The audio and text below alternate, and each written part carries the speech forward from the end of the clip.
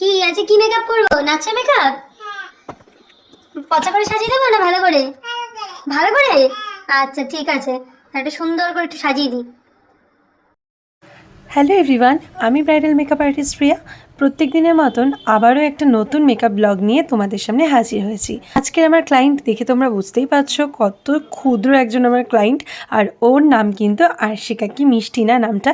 নামের মতোই কিন্তু ও খুব ভীষণ মিষ্টি। ওর আজকে মেকওভারটা ছিল কিন্তু ওর স্কুলে ডান্সের কম্পিটিশন ছিল। তো আমাকে ওর মা বলে দিয়েছিল যেন আমি ওকে একটা সেমি ক্লাসিক্যাল লুক দিই, সঙ্গে একটু ওয়েস্টার্ন টাচও যেন থাকে। তো আমি সেই মতো কিন্তু মেকআপের কাজে লেগে পড়েছি।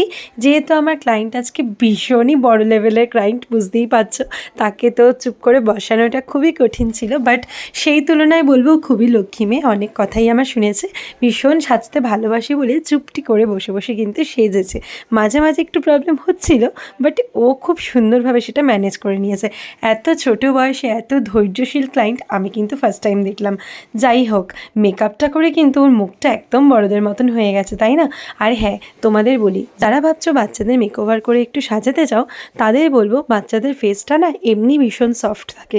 তাদেরকে যতটা পারবে একটু ভালো ব্র্যান্ডের প্রোডাক্ট দিয়ে কিন্তু সাজানোর চেষ্টা করবে, কারণ তাদের স্কিনে কিন্তু একটু উল্টোপাল্টা প্রোডাক্ট গেলে খুবই ক্ষতিকর হতে পারে। তো যারা ভাবছো বাচ্চাদের সাজাবে বা যারা মেকওভার করাও নতুন বিগিনার্সদের জন্য আমি বলছি স্পেশালি, তাদের বলবো বাচ্চাদের সাজানোর জন্য কিন্তু একদমই উল্টোপাল্টা প্রোডাক্ট ইউজ করবে না।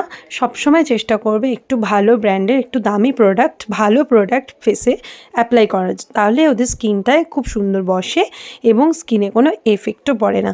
তো আমি কিন্তু আজকে সেগুলো মাথায় রেখেই ওর মেকওভারটা করেছি।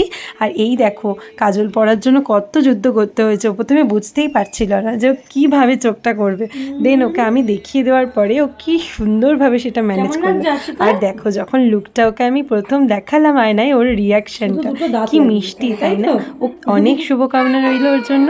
চলো শুনে নি ওর কেমন লেগেছে। কেমন লেগেছে আশিকার? কত ভালো লেগেছে? এত তুমি খুশি হয়েছো তো? আচ্ছা, যাও কম্পিটিশনে ভালো করে নেচে আসবে।